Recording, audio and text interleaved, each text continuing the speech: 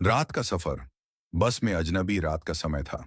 सर्दियों की ठंडी हवाएं और घना कोहरा चारों ओर फैला हुआ था।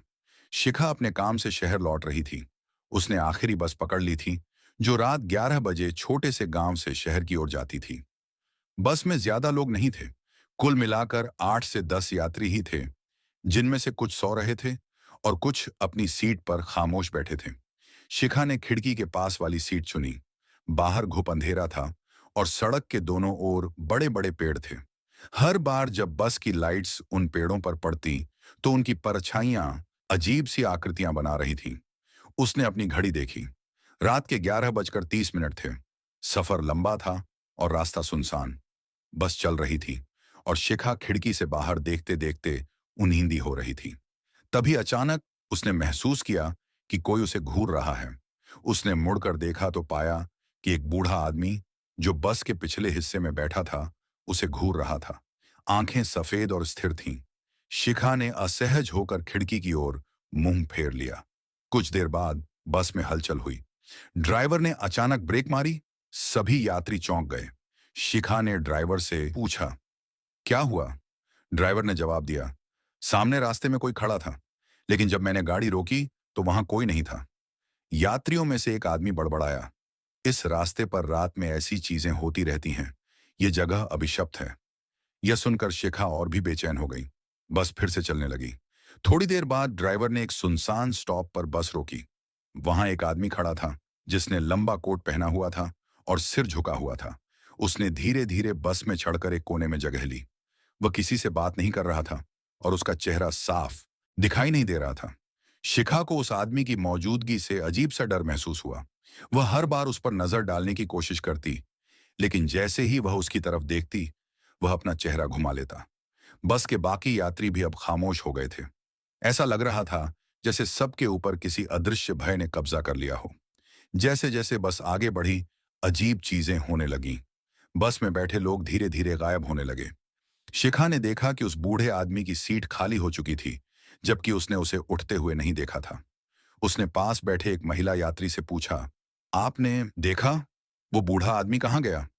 महिला ने सिर झुकाकर कहा, यहां कोई बूढ़ा आदमी नहीं था। शिखा का दिल तेजी से धड़कने लगा। उसने बस के पिछले हिस्से की तरफ देखा, जहां अब सिर्फ वही अजनबी आदमी बैठा हुआ था। उसकी आंखें काली और चेहरे पर कोई भाव नहीं था। बस अचानक फिर रुक गई। ड्राइवर ने गुस्से में कहा, इंजन गर्म हो रहा है, मुझे बाहर जाकर देखना होगा। वह बस से बाहर चला गया, लेकिन वापस नहीं आया। काफी देर तक इंतजार करने के बाद एक यात्री ने खिड़की से बाहर झांक कर देखा। बस के बाहर केवल धुंध और अंधेरा था। तभी बस की लाइट्स झपकने लगीं। अजनबी आदमी, जो अब तक चुपचाप बैठा था, खड़ा हुआ और धीरे धीरे शिखा की तरफ बढ़ने लगा। शिखा की सांसें तेज हो गईं। उसने बाकी यात्रियों को देखा, लेकिन उनकी आंखें बंद थीं, जैसे वे गहरी नींद में हों। अजनबी ने धीरे से कहा, ये बस तुम्हें जहां ले जा रही है, वहां से कोई वापस नहीं आता। उसकी आवाज गूंज रही थी, जैसे कई लोग एक साथ बोल रहे हों। शिखा ने खिड़की से बाहर छलांग लगाने की सोची, लेकिन दरवाजे और खिड़कियां अब बंद हो चुकी थीं। तभी बस की लाइट बंद हो गई और हर तरफ अंधेरा छा गया। शिखा ने चीखने की कोशिश की, लेकिन उसकी आवाज दब गई। उसे महसूस हुआ कि बस अब किसी अनजाने रास्ते पर चल रही है, जो जमीन पर नहीं था। बस की खिड़की से बाहर उसने देखा कि सड़क गायब हो चुकी थी और बस हवा में तैर रही थी। थोड़ी देर बाद बस रुक गई। शिखा ने खुद को एक वीराने में पाया। वहां कोई बस, कोई यात्री, कुछ भी नहीं था। सिर्फ वही अजनबी आदमी सामने खड़ा था।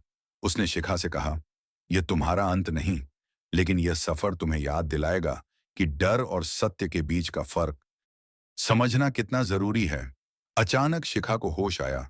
वह अब भी बस में थी और सब कुछ सामान्य लग रहा था। ड्राइवर गाड़ी चला रहा था, यात्री अपनी सीट पर बैठे थे।